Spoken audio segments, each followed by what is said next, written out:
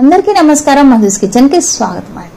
చూస్తున్నారు కదా మీ ముందున్నాయి లడ్డూలండి. లడ్డూలు, అది బేసన్ లడ్డూలు.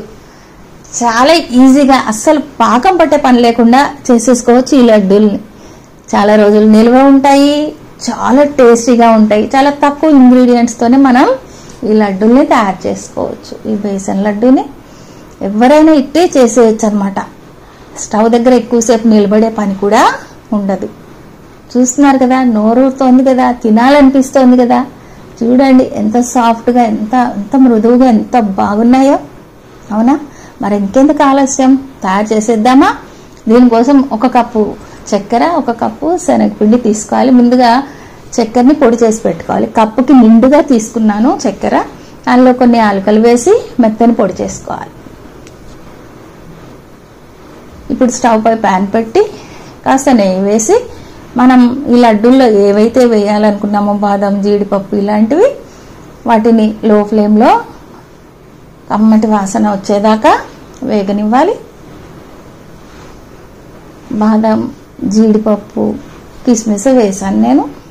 ఆ తర్వాత వీటిని పక్కకు తీసేసుకోవాలి. ఇప్పుడు అదే ప్యాన్లో శనగపిండి కప్పుకి నిండుగా తీసుకోలేదు నేను, చక్కెర మాత్రం నిండుగా తీసుకున్నాను. సరిపడా ఉంటుంది తీపి. ఆ విధంగా ఇప్పుడు లో ఫ్లేమ్లోనే వేపుకోవాలి. మధ్యలో కొద్దిగా నెయ్యి వేసుకుంటూ ఆ శనగపిండిని కమ్మటి వాసన వచ్చేదాకా వేగనివ్వాలి.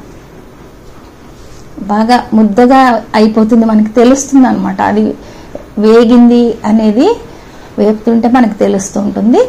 ఈ విధంగా బాగా వేగింది కదా. ఇప్పుడు కొద్దిగా ఎండు కొబ్బరిని కూడా ఇందులో వేసి వేపేస్తే ఆ కొబ్బరి టేస్ట్ కూడా చాలా బాగుంటుంది ఈ లడ్డూల్లో. ఇప్పుడు 2 బాగా వేగినాయి. స్టవ్ ఆఫ్ చేసేసి పక్కకు పెట్టుకోవాలి. పూర్తిగా చల్లారనివ్వాలి. బాగా చల్లగా అయిపోయింది, అసలు ఏమాత్రం వేడి లేనప్పుడు ఈ చక్కెర పొడి కలపాలి.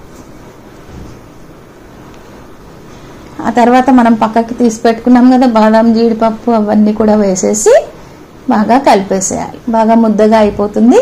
అప్పుడు మనకు నచ్చిన సైజులో లడ్డూలు చుట్టేసుకోవడమే.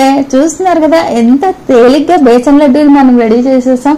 చూస్తారు ఎంత సాఫ్ట్గా, ఎంత టేస్టీగా, ఎంత బాగుంటాయి అనుకుంటున్నారు. ఆ తింటుంటే ఆ కొబ్బరి టేస్ట్, బాదం, జీడిపప్పు టేస్ట్, మరి ఎందుకు ఇంకా ఆలస్యం? మీరు కూడా ఒక్కసారి ట్రై చేసి చూడండి.